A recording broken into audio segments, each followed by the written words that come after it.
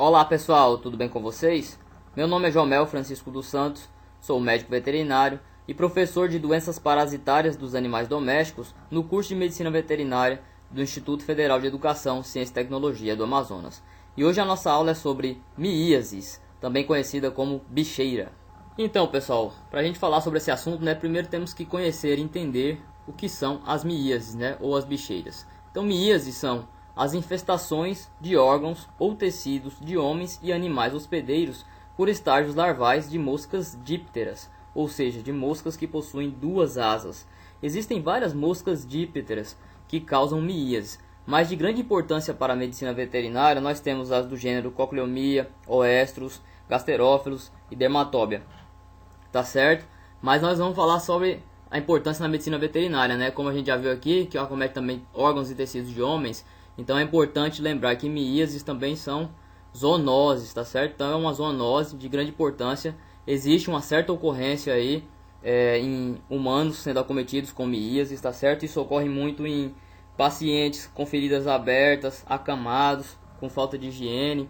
Muitas das vezes aqueles pacientes senis que passam muito tempo na cama de hospital ou em casa mesmo. Às vezes até bem cuidado, bem zelado e tudo, mas por um descuido ou enfim, alguma ferida, ou às vezes não só a ferida, as cavidades, como a gente vai ver aqui, elas podem ser a mosca pousar ali e deixar seus ovos e virar, os ovos eclodirem e as larvas começarem a ter essa infestação e causar as miíases. Então tem que ter muito cuidado porque é uma zoonose também de grande importância.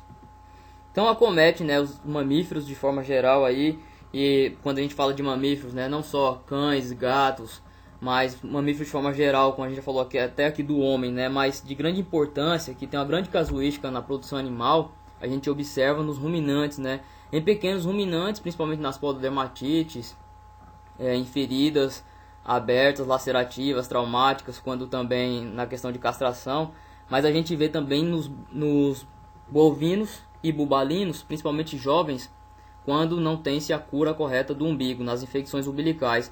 Então existe muita miíase nos umbigos dos bezerros bovinos e bubalinos, e isso traz grandes prejuízos econômicos, porque tem um gasto ali, tem um baixo desenvolvimento dos animais, fica suscetível a infecções secundárias, e além do prejuízo também ao bem-estar desses animais. Os animais vão sentir muita dor, os animais vão deixar de comer, os animais não vão se desenvolver corretamente, os animais eles sofrem tanto que eles podem até vir a óbito também. Então é um grande problema para os mamíferos de forma geral. Nas aves as miíases ocorrem ocasionalmente, e nos anfíbios e répteis raramente ocorrem casos de miíases. Então como é que ocorrem essas miíases? As larvas elas se desenvolvem no interior ou sobre o corpo do hospedeiro e se alimentam dos seus tecidos, vivos ou necrose. Então aqui a gente já vê duas classificações. Mais para frente na aula eu vou falar mais a fundo sobre isso, mas aqui só para a gente já dar essa introdução do assunto, interior, você vê aqui que pode ocorrer tanto interiormente, que são as miíases cavitárias, tá certo? As que ocorrem mais internamente, e também externamente ao hospedeiro, sobre o corpo do hospedeiro, que são as miíases cutâneas, tá certo? Então, nos animais a gente observa muito a questão de miíases cutâneas, mas também tem-se a questão de miíases internas também, ou miíases cavitárias, tá? Em tecidos vivos ou necróticos, Tecidos vivos são aquelas larvas biontófagas, ou seja, são aquelas principalmente de miíases primárias, tá certo? E aí tem determinado tipo de moscas que só tem essas larvas biontófagas, e tem as larvas também necrobiontófagas, que são aquelas que vão se alimentar de matéria orgânica em decomposição, ficam em lixo, ficam em fezes, em restos de animais e também em cadáveres, tá certo? Então a gente tem que observar, porque isso também vai dar um indício para a gente na hora de fazer o diagnóstico, do que está ocorrendo com o animal. Se o animal, se você encontrou uma carcaça de um animal já tem muito tempo, dependendo da larva ali, é uma larva necrobiontófaga, então já tem um tempo avançado de decomposição, Mas o animal vivo, praticamente vão ser larvas biontóficas que ocorrem, Então, porque estão ali parasitando tecidos vivos, ok? Então a gente vai falando mais coisas aqui sobre miíase ao decorrer da aula. Podemos classificar as miíases ou as bicheiras, em relação à localização, como eu falei, cutâneas, são as externas, e cavitárias as internas, Dentre as cutâneas a gente pode classificar também de acordo com as lesões. Quando são lesões abertas, são classificadas como miíases traumáticas. E as furunculares são aquelas que formam cistos. Geralmente essas que formam cistos são as causadas por Dermatóbia hominis, que é as bernes, né? E essas que a gente vê mais externamente, essas cutâneas, são causadas mais por Cochleomia omnivorax. E aí, quando a gente falou também de classificação na localização, as cavitárias, né, ou as internas, então são nas cavidades e também chegando até a nível gástrico, intestinal, né? Então, cavidade oral, cavidade nasal, né, nariz, nasomíase, faringe, ocular, oculomíase, que isso também ocorre bastante em humanos, tá certo? Ouvido, otomíase, intestinal, como aqui tanto gástrica, né, mucosa gástrica, míase gástrica, né, na mucosa gástrica, como também intestinal. Nessa imagem aqui, o caso de gasterófilos em estômago de equinos, tá certo? Urogenital, na cistomíase, quando acomete a bexiga. E também podemos classificar em relação parasita hospedeiro. Então, quando são obrigatórias, geralmente são miíases primárias. As larvas, elas vão parasitar tecidos vivos e elas não são capazes de sobreviver fora do hospedeiro. Essas são geralmente larvas biontófagas. E a facultativa ou acidental são geralmente secundárias, miíases secundárias, tá? Geralmente, então não é via de regra. Pode acontecer também, como está dizendo aqui, de forma facultativa ou acidental, são larvas que vão estar, na maioria das vezes, em matéria orgânica, em decomposição, como carcaças, fezes, né? Animais, cadáveres, enfim.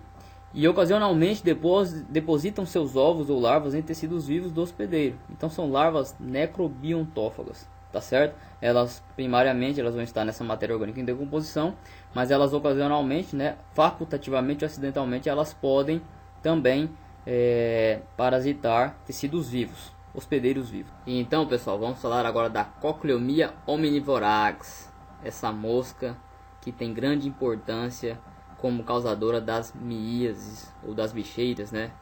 Ela é conhecida como mosca varejeira popularmente. Então ela tem como características essa cor azul metálica, tá certo? Seu abdômen, ele tem reflexos metálicos também. E ela ocorre em todo o Brasil de forma igual, né? E ela tem, assim, a ocorrência maior dela nos períodos mais quentes do ano, tá certo? Então locais de clima quente e úmido ela tem em grande quantidade, principalmente no verão, então é onde vai ter a maior infestação dessas moscas, né? É a mais importante mosca causadora de miíases nas Américas, então você vê a importância dela, tá certo? E é parasita obrigatório, né? Então ela causa miíases primárias. Isso já nos remete a lembrar que são larvas biontófagas, tá certo? Então elas vão parasitar em feridas abertas, né? Traumáticas, enfim, sejam cutâneas, sejam cavitárias, tá? Mas vai ter que ter uma porta de entrada ali em tecidos vivos, em animais vivos, tá certo? Miíases primárias, tá bom? Nos hospedeiros que acometem, então o homem, né, ele pode ser acometido, bem como o cão, o gato, o suíno, os equídeos de forma geral e os ruminantes também, tanto bovinos, bubalinos e os pequenos ruminantes, caprinos e ovinos, que são muito acometidos nos problemas de pododermatite, problemas de feridas lacerativas, ulcerativas, né? Animais que passam em arame farpado, animais que se machucam no meio do mato, principalmente também em bezerros, tá certo? Nas infecções umbilicais tem uma grande casuística de miíases por Cochleomia omnivorax, as famosas bicheiras, que é o terror da pecuária. Então, como já falamos, só para reforçar, são larvas biontófagas, ou seja, são larvas que parasitam tecidos vivos.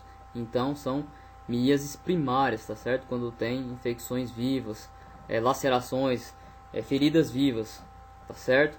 Em animais vivos, larvas biontófagas. Então a mosca ela vem e ela pousa nessa ferida, né? Porque ela também se alimenta das secreções das feridas, tá certo?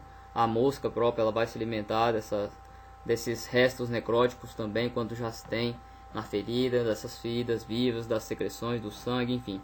Ela, nesse substrato ela pousa ali e ela deposita em média 300 ovos nisso, nas bordas dessas feridas, tá certo? Então, com em média de 16, 18 horas, esses ovos eles eclodem, né? Isso é a miíase primária do tecido cutâneo, pode invadir também orifícios naturais, que aí já é a miíase, como a gente fala, né, interna, né, cavitária, então nasal, ocular, auricular, oral, vaginal, anal, enfim. E se não for cuidada, tem uma grande mortalidade se não tiver um controle correto, tá certo, pessoal? É fácil de controlar, né? É fácil de prevenir também, mas muitas das vezes, principalmente em criações extensivas, quando se tem um manejo que você demora a visualizar os animais, a inspecionar esses animais, a tratá-los mesmo, e aí a infecção pela amiase, né, a inflamação que está ocorrendo ali, ela vai cada vez se agravando cada vez mais e pode levar os animais a óbito. Então é grave, tem que correr logo para tratar. Então, como eu falei, né, em média de 14 a 18 horas, né, 16 horas ali, esses ovos vão estar eclodindo e essas larvas vão começar a se alimentar nas bordas das feridas e se desenvolverem. Em 4 a 10 dias elas vão estar atingindo em média 17 milímetros. E aí, depois desse tempo, elas vão abandonar a ferida, vão cair aos solos, vão virar pupa, né? Em média, quando é no verão, que é o período que tem a maior infestação de mosca, né? Então aqui, ó, é mais rápido até o desenvolvimento de todo esse ciclo, né? Em uma semana ela já vai virar adulto, mas quando é no inverno ela demora mais ou menos 3 semanas, tá certo? Então depois os adultos recém-eclodidos, eles vão se alimentar de néctar das flores ou de substância açucarada das plantas. Assim elas vão acasalar uma única vez e após 5 a 10 dias elas já depositam seus ovos. E essa fêmea fecundada, ela vai se alimentar do sangue ou exudados presentes nas feridas. Foi aquilo que eu falei, onde ela vai pousar nessas feridas e vai deixar mais ovos. Então é um ciclo que vai cada vez aumentando mais, né? E tem uma coisa interessante, pessoal, que a gente vai falar aqui na patogenia dessa enfermidade, que quando tem essa lesão aberta ali, que tem essa infestação de larvas ali, o cheiro do sangue, né, essa produção desse odor característico da miíase atrai mais moscas. Então, cada vez mais, se você não controlar a mosca no ambiente, né, além de tratar a ferida do animal, de matar as larvas ali e tudo, você tem que controlar as moscas também, porque senão vai ter reinfestação cada vez mais. E aí é uma coisa que muito complicada de você cuidar, porque você vê que é muito rápido de voltar. É muito rápido que esses ovos eles são depositados ali e eclodidos. Então você tem que ter um cuidado muito grande, porque senão muito rápido já tem uma lesão e às vezes a gente nem percebe, né? Tem um buraquinho, um orifício pequeno, uma lesãozinha pequena, a mosca pousa ali na borda, esses ovos lá dentro, eles vão comendo o animal vivo, tá certo? Eles vão se alimentando e vai adentrando. Quando você vê, já tem 10, 12 centímetros para dentro da região cutânea do animal, podendo entrar para a cavidade. Então é bem perigoso mesmo, se a gente não cuidar, como a gente viu no slide anterior, pode levar a uma alta mortalidade.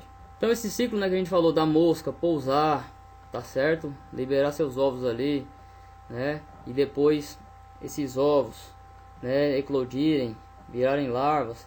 Essas larvas passarem aquele tempo ali que a gente falou de 4, 10 dias ali e depois cair ao solo, essa fase de pupa, seja no verão ou no inverno, de 1 a 3 semanas. E de pupa elas reclodir de novo, depois voltarem virarem, ter a metamorfose completa e virarem a mosca, de fato, né? Então esse ciclo pode demorar, dependendo desse tempo de verão e inverno aí, esse ciclo pode ser de 21 a 60 dias. E se for desse ciclo menor de 21 dias aí, podem ocorrer até de 12 a 13 gerações por ano, a partir de uma única mosquinha, né? Então você vê que em uma mosca põe em média ali 300 ovos, então você viu o quanto essa infestação ela é grande e ela é grave, né? Então a gente tem que ter esse controle, é um controle estratégico das moscas, né, desses ectoparasitas, das larvas, da ferida, tratar a ferida e tratar também para não virar não ter infecções secundárias, coisa mais grave que pode trazer um grande prejuízo à saúde desse animal, podendo levar à mortalidade, como a gente já viu. Nesse esqueminha a gente pode visualizar melhor. Então tem a invasão da ferida ali. A mosca pousou na ferida, deixou seus ovos, e esses ovos vão eclodir, virarem larvas. As larvas vão começar a comer o animal vivo, né? Vão começar a se alimentar do tecido vivo do animal, vão ali penetrando no animal, causando uma lesão bem profunda, pode cometer vasos e tudo, vai ter hemorragia no local, tá? E também vai começar a necrosar esse tecido, tá certo? Você vê que tem uma área bem grande necrosante, tá? E o animal vai aprofundando, as larvas vão aprofundando no subcutâneo do animal, vai ter uma liquefação tecidual e isso causa um odor pútrido, esse odor característico da miíase. Esse odor ele vai muito longe, tá certo? Dependendo de corrente de ar, de vento e tudo, mas moscas que estão muito longe, elas são atraídas e elas vêm para essa ferida. E aí pousam mais moscas, deixam mais ovos que eclodem e viram mais larvas, e aí cada vez mais vai tendo mais infestação e essa ferida vai ficando uma coisa incontrolável. Então é assim que ocorre a patogenia da miíase. Pessoal, então nos deparamos, diagnosticamos lá uma lesão por miíase. E nós temos que fazer? Nós temos que tratar, né? primeiramente tratar para depois controlar, né? Então vamos tratar porque já está a ferida está instalada, já está com miíase. Então o tratamento vai ser a base de antissépticos e larvicidas, né? Com antissépticos nós vamos fazer a primeira limpeza da ferida. Você pode começar essa limpeza da ferida com água e sabão, sabão de pedra, né? Um sabão virgem ali para você usar só para aquilo ali, para fazer aquela limpeza, tá? Faz uma boa lavagem com água corrente, sabão. Ou se você não tiver isso à disposição, tá no campo ali, um álcool iodado, um clorexidine, alguma solução antisséptica, você lava bem essa ferida, tá? Depois disso, é bom também você passar alguma solução, o álcool iodado já ajuda também, ou você pode, se tiver acesso a éter, que hoje é mais difícil e tudo conseguir, né? Que éter, alguma solução que vá ser irritativa, irritativa para as larvas, tá certo? Que você coloca nesse local da ferida ali, para não irritar, para não machucar o animal, mas que irrite ali onde está aquela infestação de larva, para elas saírem bastante. Ou próprio mesmo você já pode passar essas pomadas ou spray mata-bicheira, que eles são repelentes de moscas e também já vai começar a matar e irritar essas larvas, tá? Você já vai passar isso ali e você vem com uma pinça e vai fazendo toda a retirada de todas as larvas. Então você vai ter que ter um cuidado bastante com contenção do animal, com muito cuidado, com jeito você vai retirando todas essas larvas possível, tá certo?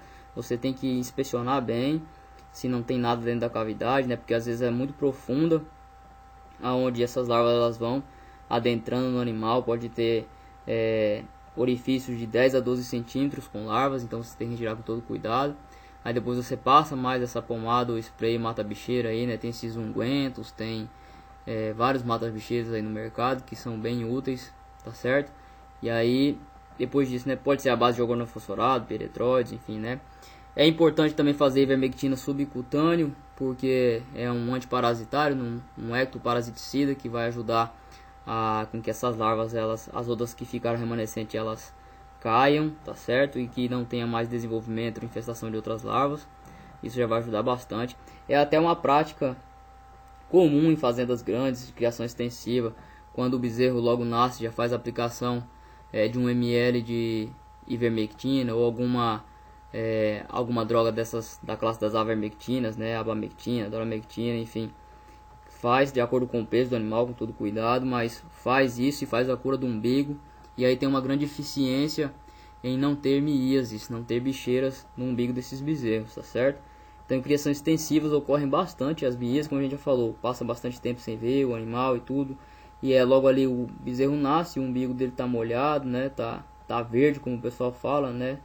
E aí ele fica muito fácil da mosca pousar e deixar seus ovos e ter larvas ali e já proliferar a miíase rapidamente. Então você fazendo isso aí já evita também essa proliferação de miíase. Mas isso também faz parte, isso já é um preventivo, mas também faz parte do tratamento, tá bom, pessoal?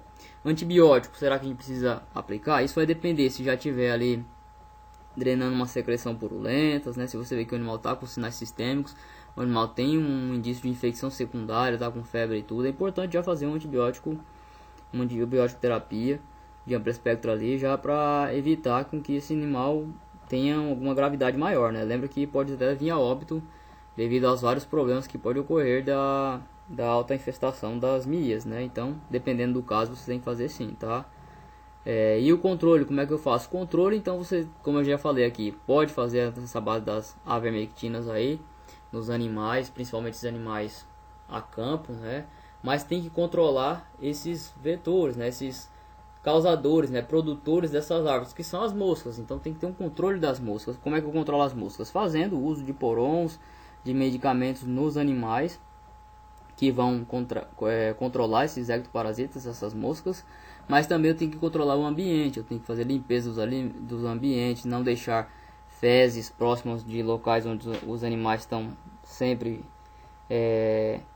são sempre aglomerados, né, em currais e tudo, tem que estar sempre limpando, limpeza de pasto, às vezes vazio sanitário, tá certo? Então tem que sempre ter esse cuidado geral, esse controle geral, esse controle estratégico. E aí você consegue efetivamente diminuir muito a casuística de miíase no seu rebanho, e aí com certeza você vai ganhar, né, o produtor vai ganhar no bolso dele, e com certeza os animais principalmente vão estar com o bem-estar animal sendo atendido, porque eles não vão sofrer com essa dor, com essa miíase que causa tanto estrago nesses animais. De uma forma mais prática, trouxe para vocês aqui um caso clínico que eu acompanhei recentemente. Isso, um cordeirinho de criação extensiva. Ele nasceu no pasto, né, junto com a mãe, e não tinha sido feita a cura do umbigo desse cordeirinho. Acabou que ele acabou tendo uma infecção umbilical, uma onfalopatia, teve mias no umbigo. E aí uma coisa interessante aqui para vocês saberem o que ocorre, né? Que além da míase cutânea, infecção primária, ela também pode depois virar cavitária, né? E é ainda uma primária porque são lesões por larvas biontófagas, mas ela é secundária à lesão primária que foi no umbigo. Então ela teve primeiro infecção umbilical, só que aí você imagina, você tá cheio de parasitas no seu umbigo, tá coçando, tá doendo, tá ali agoniando, ele vai morder ali, ele vai querer coçar com a boca. Então esse bichinho ele ia lá coçar com a boca. O que aconteceu? As larvas acabaram grudando na gengiva dele e começou a parasitar também. Então você vê que além da infecção umbilical que ele teve por miases no umbigo ali, nessa região umbilical, ele teve também, quando eu encontrei ele no pasto, ele já estava aqui, ó, com essa região da cavidade oral tomada de conta de miases, tá certo? Então a miase já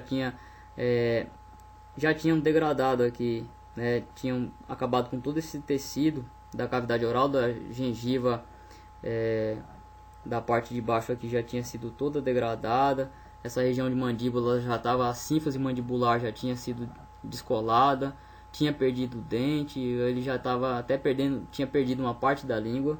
O bichinho estava bem sofrido, mas eu peguei ele do pasto, fiz os primeiros socorros, tirei as larvas ali, trouxe para casa. Isso aqui é na minha casa, trouxe o animal para casa, coloquei ele ali num tapetinho, comecei a fazer a retirada das larvas, mediquei ele, hidratei, dei leite, fiz o possível, né? Mas as lesões tinham sido muito graves e ele já estava há alguns dias. Quando eu encontrei, ele estava deitado sozinho no pasto. Deu para ver que ele já estava há alguns dias sem se alimentar direito, e tentei, mas infelizmente ele veio a óbito. Então aqui para você ver, né, que um simples cuidado de manejo, que é cuidar do umbigo dos recém-nascidos, né, seja pequenos ou grandes ruminantes, pode causar a mortandade do animal, porque aqui ele teve lesões também na cavidade oral, foi muito grave, ficou sem se alimentar, ficou apático, ficou muito debilitado. Com todo o tratamento, a gente ainda hidratando, medicando, tudo, mas infelizmente ele não resistiu. Mas fica para o alerta, né, para que a gente tenha mais atenção, né, mostre para os produtores que principalmente animais nessa fase de nascimento e tudo, tem que trazer para o piquete maternidade, tem que ser feito essa cura do umbigo logo, tá? Isso é um problema que ocorre muito em criação extensiva, pessoal, mas a gente tem que tentar de alguma forma minimizar isso, tá certo? Então, pessoal, essa foi a nossa primeira aula sobre a série de miases, tá? Nós vamos falar aí sobre o Estrus ovis, sobre gasterófilos, sobre Dermatobia hominis, né, que causa a berne, tá certo? Nas próximas aulas. E espero que vocês tenham compreendido o assunto. E como eu trago essa foto aqui na imagem, né, as miases elas podem acometer animais de todas as idades, mas principalmente os neonatos, tá certo? Principalmente as suas afecções umbilicais. Então a gente tem que ter muito cuidado, esses cuidados básicos com o coto umbilical, tá? Fazer a cura do umbigo, se precisa fazer o corte do umbigo, tá certo? Inclusive aqui no canal eu tenho aula sobre isso, sobre as onfalopatias. Vocês podem tá lá assistindo e aprender como é que faz toda a corte, cura do umbigo, tá certo? Quais soluções utilizar, tudo direitinho. Mas a gente tem que se atentar sempre a prevenir. As miases é uma doença que ela é prevenível, então a gente tem que evitar ao máximo que os nossos animais eles possam ser acometidos, né, ter a infestação por essas larvas que vão causar grande sofrimento a eles, tá certo? Além de sofrimento e o bem-estar deles ser prejudicado, vai trazer um grande prejuízo à pecuária, e isso também é uma coisa ruim que a gente tem que evitar ao máximo, né? A gente tem que diminuir os custos e aumentar os ganhos, né? E o animal com dor, o animal acometido por miase, ele não vai conseguir produzir ou ter a sua saúde atendida satisfatoriamente, tá certo? Então eu encontro vocês nos próximos assuntos sobre miases. Até a próxima aula, pessoal.